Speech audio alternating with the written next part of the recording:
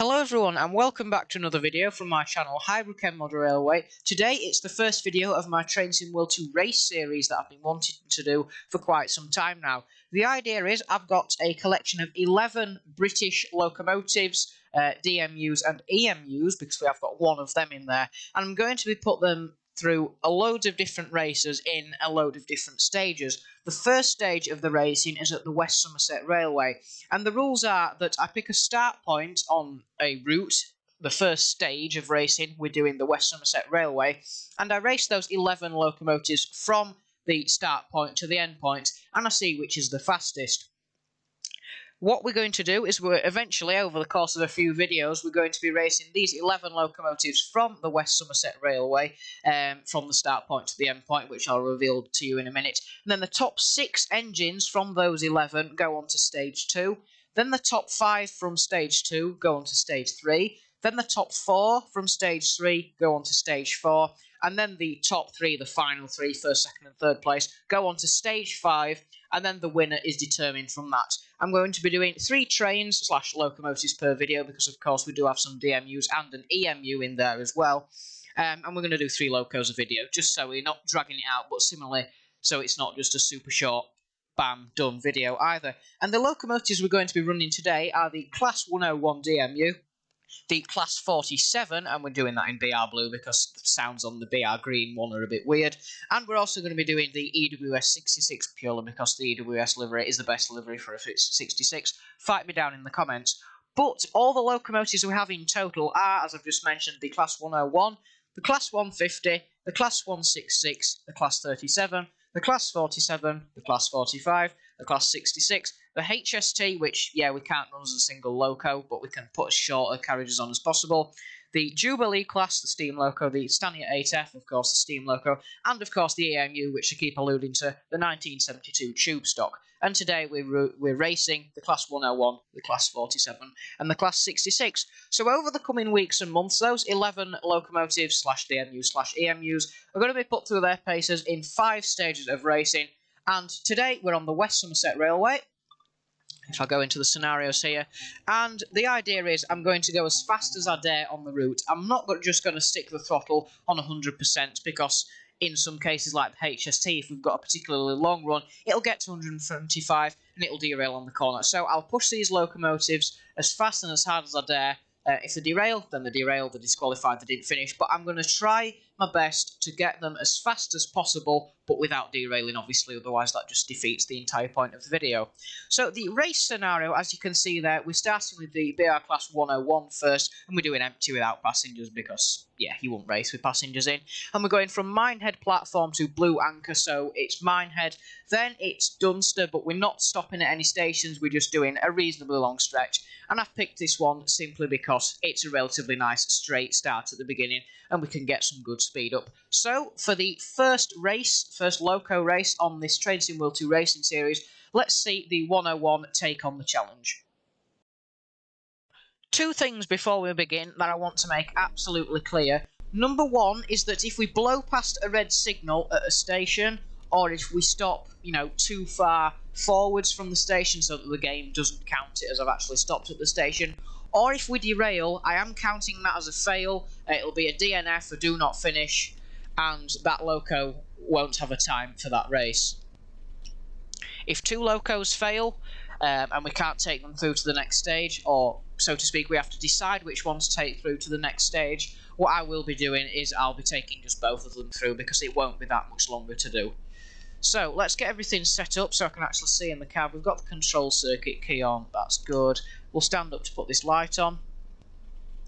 And another thing I should say as well is that we're not faffing about trying to, match the weights of the train so they're the same. We're just doing the shortest possible. So if we can run the 66 to the light engine, we'll run the 66 to the light engine. Obviously, we can't run the HST, it's just the power cars, so we'll do the shortest and lightest train possible. But just because this 101 weighs 64 tonnes doesn't mean I'm going to be trying to match everything as close to 64 tonnes as possible, because that's just far too difficult. I'll be doing it as best as I can. And another thing, I'm not just going to be sticking my throttle on 100% and zipping it all the way up there, because I know for a fact that'll derail and that'll just waste the point of doing the video. So I'll push them, as I said in the intro, as hard and as fast as I dare, but if I feel like I need to brake and slow down, I will. Of course, some user error and human judgment is going to affect the scores, but hopefully at the end of this series, we should have a pretty nice set of results and a nice leaderboard as well. So, as soon as I apply the throttle, we're already in gear 1, I'm going to start the timer on my phone, as I say. It just saves me, faffing about in the editor, trying to go, because if I do the timer in the editor, the one I have on my phone isn't going to be exact, and I don't want to be confusing you all with saying, oh yes, it was 26 seconds on my phone, but in the editor and on screen in the video you watch it says to be, 31. I just don't want to do that, so I'm not going to have a timer clogging the screen up because it's already quite clogged up with the HUD. I'll just do it on my phone and I'll post the final time at the end of the video, at the end of the race for that train, because it's just easier for me, makes more sense. I can talk about the timings in real time and less clogging up the screen for you. So, as soon as I engage throttle, we will be on our way. This is going to have to come out of gear. Set it to forwards. Gear 1. Release the brakes. As soon as I apply power, or when it starts moving, start the timer. Off we go. We are off. Obviously, we do have to change gears on this train. So, power down. Wait until that yellow needle goes past the down marker, power up again. Set the brakes to lapped. Now they're all released, just in case we have to slam on the brakes. Oh no, wrong knob. Throttle down, power back up. Let's set that to lap. I was pressing the wrong control. In case you're wondering what I'm using to change the gears on this 101 DMU, instead of looking at the thing and moving it with A and the joysticks, I'm simply throttling down, pressing D-pad up, which changes the gear to up, and D-pad down, of course, changes it down. We're already at 40 miles an hour. Speeding quite significantly now. 1 minute mark, we have just crossed the 1 minute mark. 45 miles per hour. We're at quite some speed now.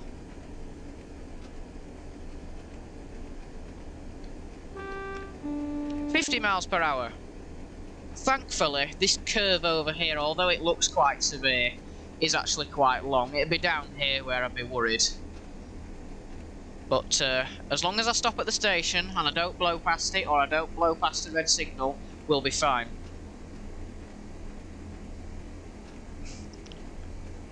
I know it says 5 miles per hour, but I believe that's just for a level crossing in a station. There is no curve, obviously, as you can see there. 61. 63. This is very, very fast, and I chose Minehead to Blue Anchor because of this drag strip. I thought it'd be a fun way to start off the video. Going through Dunster now, I believe it's called. Dunster, I believe it is called. We do not have to stop at the stations, we just have to pass through them. Hello chaps. 10 miles an hour, this is just for the crossing and speeding up from the station. 70 miles an hour for the crossing. We're past 2 minutes now, 2 minutes 20 we're on. Of course, I must stop at the station. If I blow past it, that's a DNF.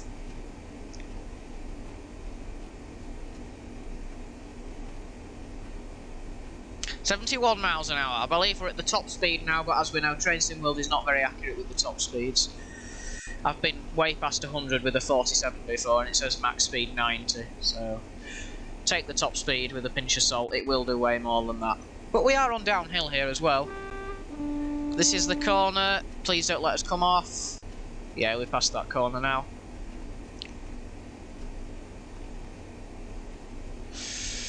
I'm going to throttle off, but I'm not going to start braking yet. And I'll put us down to gear 2, because in the station, if I brake too early, we may want to power up again. Full brakes, full brakes, full brakes. 900 yards. 800 yards. 3 minutes 22 we're on. 700. Okay, I'm going to back off the brakes a touch. Use awkward brakes to work. Stick it back to the middle again. Still doing 20 miles an hour over the speed limits. Soon to be 30. More brakes, more brakes. I'm going to avoid using the emergency brakes. More brakes. Over the crossing, always time for a horn. Release the brakes. More power. I think we can get away with a little bit more power. Stick those to the middle. Obviously I'm driving this train very harsh. And full brakes. Full brakes now. Get ready to stop the timer. 7, 6, 5, 4, 3, 2, 1. Stop the timer. The final time for the BR101 DMU was 4 minutes 16 seconds. That is 4 minutes 16 seconds. So now on to the next train.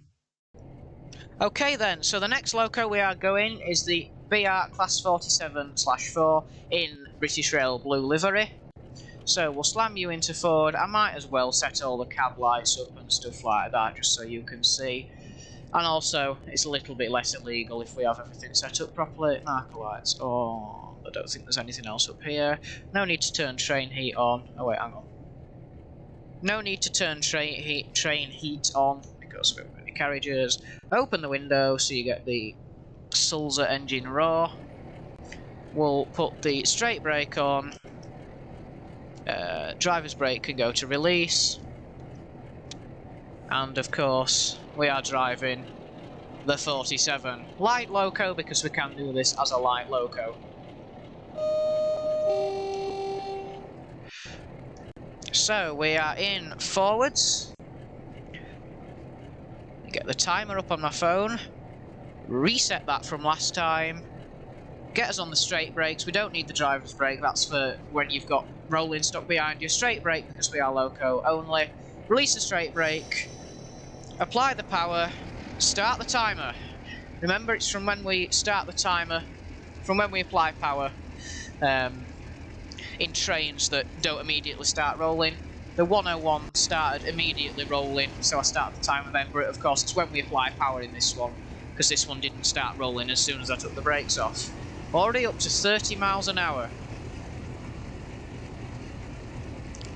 Oh, this feels ridiculously stupid. Over the crossing, and I'm going to go for full power now. Oh my god, listen at that. This is ridiculous. 4,000 amps. I'm going to have to take a headphone off because this is quite loud for me. Hopefully it's not too loud for you. 60 miles an hour. Oh, this is ridiculous. Have I forgotten to take a brake off because we're drawing 4,000 amps? No, the handbrake's off, the main brakes are off, the driver's brakes are off. So yeah, it must just be because we're accelerating so hard. 3,000 amps. Well, just gone to off 4,000. 80 miles an hour. Oh, I don't know if I can trust us going 80 around this big curve down here. 81, 82, going through Dunster shortly. God, it's like minute races, this. 85. Do I dare take us to 90? I don't know. We're alright on the straight. I may drop us to about 80 on that curve. I'm really not sure. Over the crossing at 88 miles per hour. Back to the Future time. 1.9, 1.8 miles. 1 minute 45 we're currently at. Low for the crossing. This is ridiculous. 90 miles an hour. I'm slowing us down for this curve. I really don't want to derail. Throttle off. Brakes on. Yeah, I'm going to slow us down to about 80-ish. Although it's a single loco, it's not two coupled carriages like the DMU. So we may fare better, or we may not, because it doesn't bend in the middle, does it? I'm going to stick us back on the power a little bit. Oh, this looks sketchy. Doing 80 miles per hour on a 25 mile an hour limit. Power through the corner.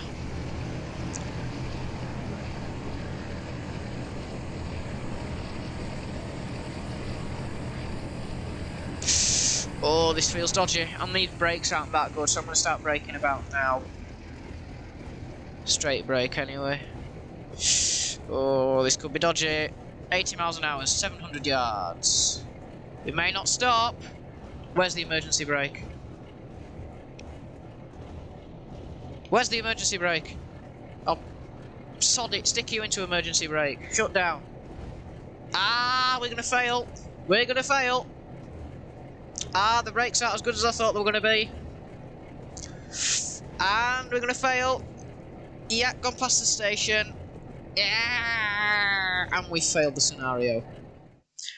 So, we DNF'd there. The time was roughly 3 minutes 13, but that doesn't matter. If we do get another DNF loco that, you know, yeah, if we get more than one DNF loco and it's not immediately apparent which one was faster or which one should go on to the next stage, we will just take both of them through. But the 47 DNF'd.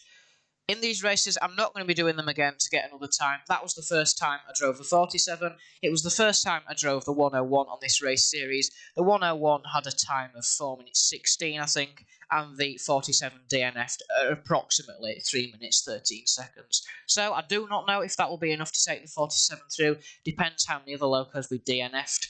But anyway, it's time to take the 66 for a spin.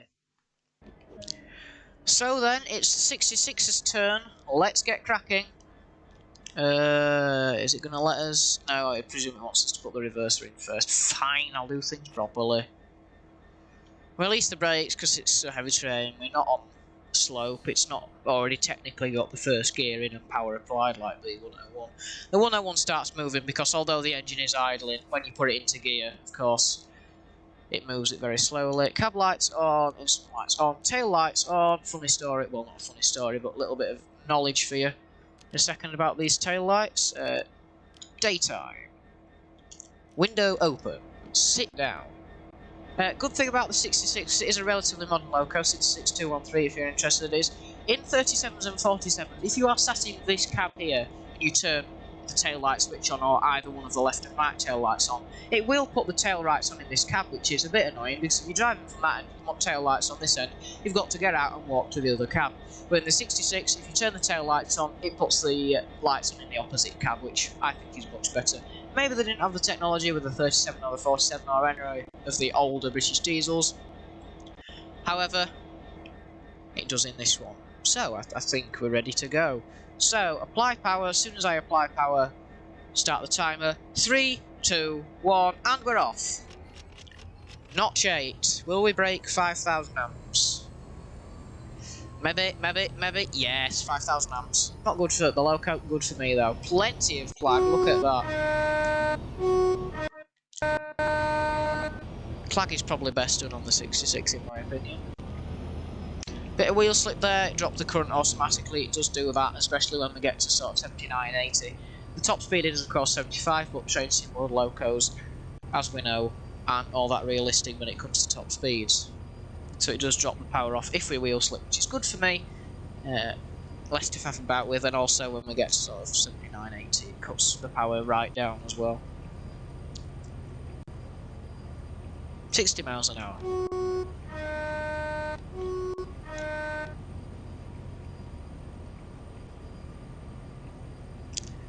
Motorway speed now, motorway speed. 1 minute gone.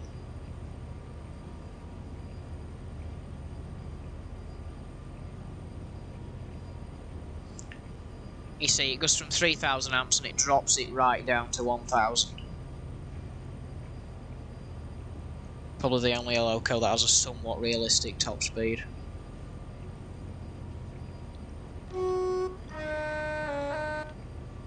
Ooh, horn went a bit funny there. This is ridiculous. 79 miles per hour through Dunster. Well, about to be through Dunster. Look at how ridiculous that looks. It's childish, it's imprototypical, it's ridiculous, it's going to annoy all the purists, but whatever. Ooh, that level crossing sounded weird. Axle box is going.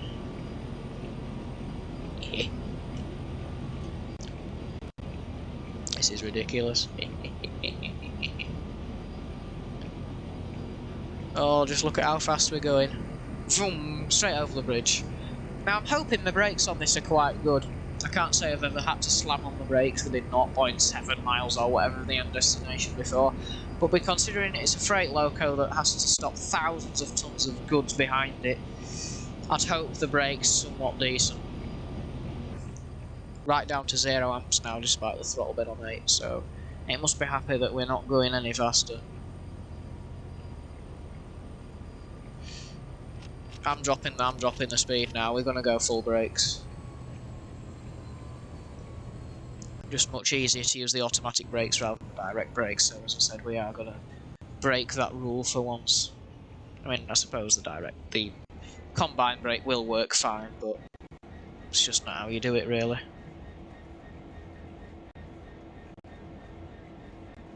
We may be stopping too soon. We'll let off on the brakes. We do not want to blow through the signal like we did the 47, because remember, I only get one go at this. If I blow through a red signal, don't stop. That's the end of it. I'm not redoing it. One shot, and if I nose it up, then I nose it up. Thankfully, we should stop in 60, odd yards. Brakes. In fact, I can use the emergency brakes to stop a lot quicker. Just in the 47, that didn't help, and in the 101, it doesn't really help that much because the vacuum was completely destroyed anyway. And the final time for the 66 was 3 minutes 40 seconds. Just 40 seconds. So we'll chuck those into the leaderboard, and you can see how the 3 locomotives in the first video of stage 1 at the West Somerset Railway has gone. So we'll chuck them into a leaderboard and see who's the winner so far. So as you can see, I've collated all the race times into a handy-dandy leaderboard for you, and I'll update this leaderboard at the end of every race video. So the 47 had the quickest time at 3 minutes 13 seconds, however I ran through the end of the platform, I went through the signal, and obviously I didn't stop and did not finish, I failed the scenario. So the 47 gets a DNF time of 3 minutes 13 seconds, and if there's loads of DNF'd locos that end up in the top 6, I'll go for the fastest DNF'd loco, I've decided.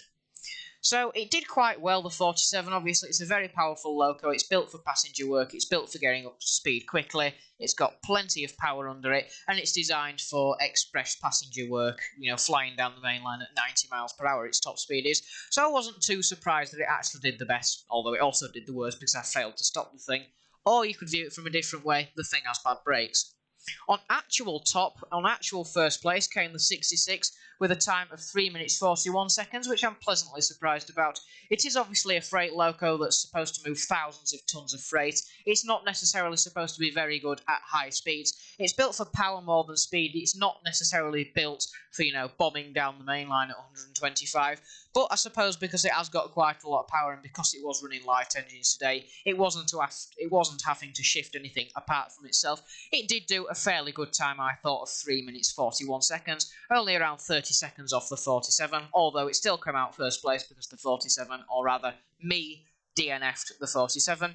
And in last place, which we were kind of expecting, is the Class 101 DMU with a time of 4 minutes 16 seconds. I think that's basically because it's a cheaply built, local stopping passenger train. It's not meant to get up to ridiculously high speeds. I think it could only get up to 70 in real life. Obviously, the gearing is quite short. It's not meant to go to very high speeds. It accelerates quickly, but doesn't get to, you know, high up in the levels of speeds. I have to change gears, which wastes time throttling back up and back down, and it's just not built for speed at all, is it? It's a rickety old thing with gears, and it's for stopping passenger trains. So that is how the leaderboard looks.